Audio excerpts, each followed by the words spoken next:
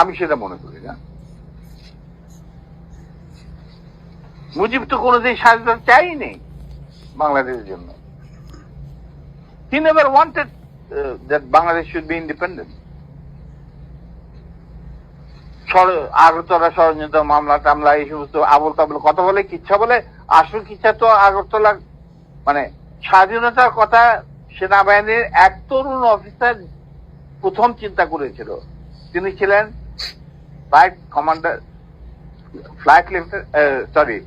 Commander Wazem Hossain, Pakistan নেভির চৌকুশ officer. Sir অনেক অনেক গুরুত্বপূর্ণ কথা আছে যেগুলো মানুষ শুনতে চায়, সেখানে যাই। আমি কথা হচ্ছে যে শোনো, যার যা প্রাপ্য তাকে সেটাই দিতে হবে, সেই মর্যাদা দিতে হবে, নাহলে এটা মুনাফিক।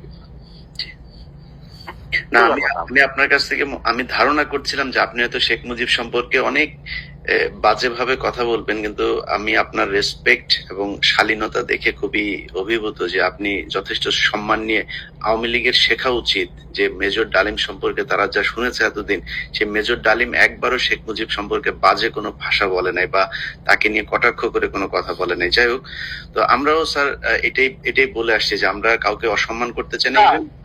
আর একটা কথা শুনতে, এই কথাটা যখন তুমি বললেই, তাহলে আমার বইতে পরিষ্কার লেখা আছে মুজিব পরিবারের সাথে আমার কি সম্পর্ক ছিল, সেটা ব্যক্তিগত ভাবে বা পারিবারিক ভাবে।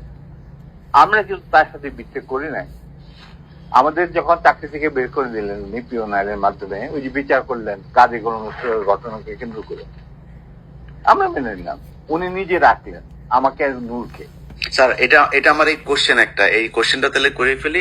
আপনার ওয়াইফকে অপহরণ করেছিল এই শেখ মুজিবের, তারপর গোলাম মোস্তফার ছেলে, এরা কামালের বন্ধু বান্ধবেরা, এটা নিজে ছিল। তো আপনার স্যার আপনি এটার বিচার চেয়েছিলেন শেখ মুজিবের কাছে। আমার বউ করেন, জি কন্টিনিউ করেন স্যার এবার। হ্যাঁ, যে আপনি প্রাইম মিনিস্টার, কারণ ঘটনাটা কি ছিল স্যার? ঘটনাটা কি ছিল স্যার একটু শুরু থেকে বলুন। এটা একটা মানে মজার ঘটনা। আচ্ছা, তুমি